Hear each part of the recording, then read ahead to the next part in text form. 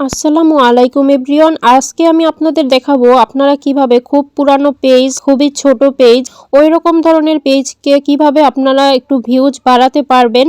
তো ওইটা নিয়ে আজকের ভিডিওটা দেখুন। আমার এই পেজটা আগের পেজই অনেক, আমি এখানে ওইরকম অ্যাক্টিভ থাকি না। তো এখানে এই যে দেখুন, ভিউজ বাড়ানোর জন্য আমি কি করতে পারি তা আজকে স্টেপ বাই স্টেপ আপনাদেরকে দেখিয়ে দিব। তো ভিডিওটি শুরু করার আগে বলে নিচ্ছি, অবশ্যই একটি লাইক করে নেবেন এবং যদি চ্যানেলে নতুন হয়ে থাকলে চ্যানেলটা অবশ্যই সাবস্ক্রাইব করে রাখবেন। দেখুন, এখানে আমি @ দিয়ে ফলোয়ার্স লিখতেছি, বাট উপরে কিন্তু কোনো ফলোয়ার্স শো করতেছে না, শুধু টপ ফ্যান ওইটা একটু শো করতেছে। তো যাদের এরকম শো করতেছে না তাদের কিন্তু ভিউজ আসা খুবই কষ্টের। আর এটা কেন কষ্টের আমি পরে বলছি, আগে এর সমাধানটা আমি দেখিয়ে নিচ্ছি। সর্বপ্রথম আমি প্লে স্টোরে চলে আসলাম। প্লে স্টোরে আসার পর এখান থেকে আপনারা ফেসবুক লিখে সার্চ করবেন। যে অফিসিয়াল যে অ্যাপসটা রয়েছে, এই যে এই অ্যাপসটা, ফেসবুকের অবশ্যই এই অফিসিয়াল অ্যাপসটাই আপনারা সার্চ করবেন। ফেসবুক আপডেট এইটা লিখে সার্চ করবেন, ওকে। তারপরে দেখুন এখানে আপনাদের আপডেট লেখা চলে আসবে সাইডে, তবে আমার এখানে ওপেন লেখা রয়েছে। আমার এটা আপডেট দেওয়া, এই কারণে এখানে ওপেন লেখা রয়েছে। তো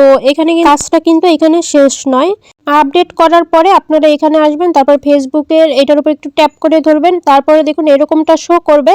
শুরুতে যে আইকনটা রয়েছে এটার উপরে ক্লিক করে দিব। তো এখানে ক্লিক করে দেওয়ার পরে এরকমটা শো করবে তোমাদের সামনে। তো দেখো এখন হচ্ছে এখান থেকে এই যে ডাটা ইউজেস, তারপরে স্টোরেজ ইউজেস লেখা দেখতে পাচ্ছ, এখানে ক্লিক করে দিবে। দেখতে পাচ্ছ স্টোরেজ ইউজেস লেখা, এটার উপরে আমি এখন ক্লিক করে দিচ্ছি।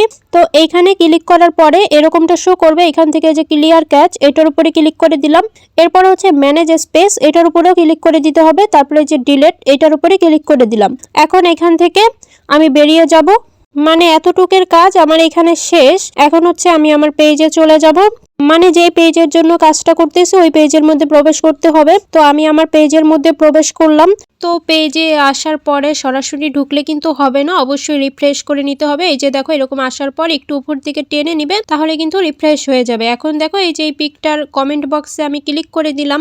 এই কমেন্ট বক্সে আসার পরে এখান থেকে যে @ এটা আমি দিলাম। দেওয়ার পরে আমার কিন্তু উপরে এখন শো করতেছে দেখো ফলোয়ার, কিন্তু শুরুর দিকে কিন্তু এটা শো করে নাই। আমার ভিডিওর একদম শুরুতে দেখলে ওইখানে দেখলেই বুঝবা যে এই ফলোয়ার্স লেখাটা কিন্তু শো করে নেই, শুধু টপ ফ্যান্স এটা শো করেছে। তো এখন আমি এখান থেকে ফলোয়ার্সে যদি ক্লিক করে দেই, তাহলে কিন্তু আমার যত ফলোয়ার্স রয়েছে তাদের সবার কাছে কিন্তু আমার এই ফটোটা চলে যাবে, তাদের সামনে তখন চলে যাবে এবং নোটিফিকেশনও শো করবে।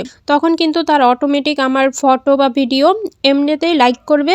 লাইক যদি নাও করে, আমার ভিডিওতে যদি প্রবেশ করে, তখন কিন্তু আমি ওইখান থেকে কিন্তু ভিউজ পাচ্ছি। যদি একজনের কাছে যদি যে পৌঁছায়, তখন কিন্তু অন্য একটা মানুষের কাছে যে এমনি পৌঁছাবে। যেমন দেখো এখানে 841 জন ফলোয়ার্স রয়েছে এই পেজে।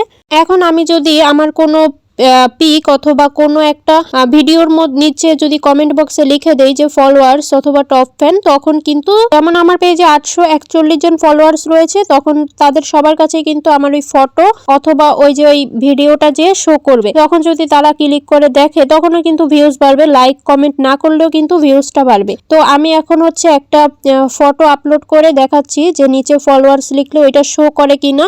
এখানে আমি আরো একটা কথা জানিয়ে দিচ্ছি, তুমি যদি আজকে 3-4টা ভিডিও ছাড়ো, 3-4টার মধ্যে শুধু যে কোনো একটা ভিডিওতেই ফলোয়ার্স লিখলে ওইটা শো করবে। বাকিগুলোতে তুমি ফলোয়ার্স লিখে দিলে তা ওইখানে শো করবে কমেন্ট বক্সে, কিন্তু অন্যান্য কারো কাছে কিন্তু যাবে না। এটা হচ্ছে প্রতিদিন মানে তোমার করতে হবে। একদিনে 3-4টা ভিডিও করলে তারপরে আপলোড করলে ওইটার মধ্যে দিলে কিন্তু হবে না, যে কোনো একটাই দিতে হবে প্রতিদিন। তো দেখো আমি এই যে আমার এই ফটোটা আপলোড করে দিলাম। এখন আমি হচ্ছে রিফ্রেশ করে নিচ্ছি। এখন দেখো আমি এই যে এটার কমেন্ট বক্সে যাব। কমেন্ট বক্সে যেয়ে এখানে আমি @ লিখবো, আগে @ দিয়ে তারপরে হচ্ছে ফলোয়ার্স লিখবো। দেখবে উপরেই শো করবে আমার এটা এখন। তো আগে কিন্তু এটা শো করে নাই তখন। তো দেখতে পাচ্ছ উপরে ফলোয়ার্স এবং তার নিচে হচ্ছে টপ ফ্যান্স, ওইটাও কিন্তু শো করতেছে। আবারও আমি @ দিলাম। এখন দেখো আমার এখানে কিন্তু টপ ফ্যান্স এটাও শো করতেছে। তো এই যে আমি এখন এটা আমি সেন্ড করে দিলাম। তো এখন কিন্তু আমার সকল ফলোয়ার্সদের কাছে চলে গিয়েছে আমার এই পিকটা।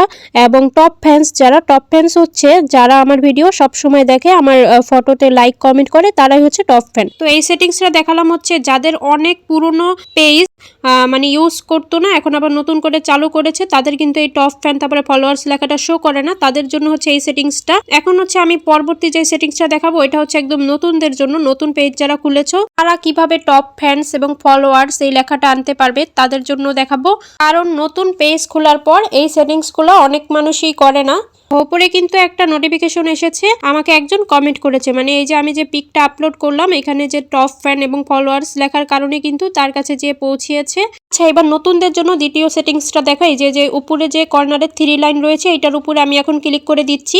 এইখানে ক্লিক করার পরে একটু নিচে স্ক্রল করলে দেখবে যে সেটিংস লেখা রয়েছে, এই যে সেটিংস অ্যান্ড প্রাইভেসি এই লেখাটার উপরে আমি এখন ক্লিক করে দিচ্ছি। এরপর দেখো উপরে সেটিংস লেখা, এই সেটিংসের উপরে আমি এখন ক্লিক করে দিব। এখানে ক্লিক করার পরে দেখো এখানে একটু নিচে স্ক্রল করবে, নিচে স্ক্রল করলে লেখা দেখতে পাবে যে ফলোয়ার্স অ্যান্ড পাবলিক কন্টেন্ট এই লেখাটা খুঁজে বের করবে। তো একটু নিচে গেলেই পাওয়া যাবে, এই যে দেখতে পাচ্ছ ফলোয়ার্স অ্যান্ড পাবলিক কন্টেন্ট এইটার উপরে, এই লেখাটার উপরে আমি এখন ক্লিক করে দিচ্ছি। তো ফলোয়ার্স অ্যান্ড পাবলিক কন্টেন্ট এর উপরে ক্লিক করার পরে এরকমটা শো করবে। এখন এইখান থেকে দেখো who can follow my page এইটার উপরে ক্লিক করে দেখবে যে পাবলিক করা আছে কিনা, যদি থাকে তাহলে ওকে। এখান থেকে আমি এখন বেরিয়ে যাচ্ছি। তারপরে দেখো হু can see your followers on your profile এটার মধ্যে ক্লিক করবে, এখান থেকেও এটা দেখবে যে পাবলিক আছে কিনা, যদি পাবলিক থাকে তাহলে এটাও ওকে আছে, আর যদি না থাকে অবশ্যই পাবলিক করে দিবে। এবং এরপর দেখো তৃতীয় যেটা রয়েছে who can see the people and page you follow এটার উপরে এখন আমি ক্লিক করে দিচ্ছি।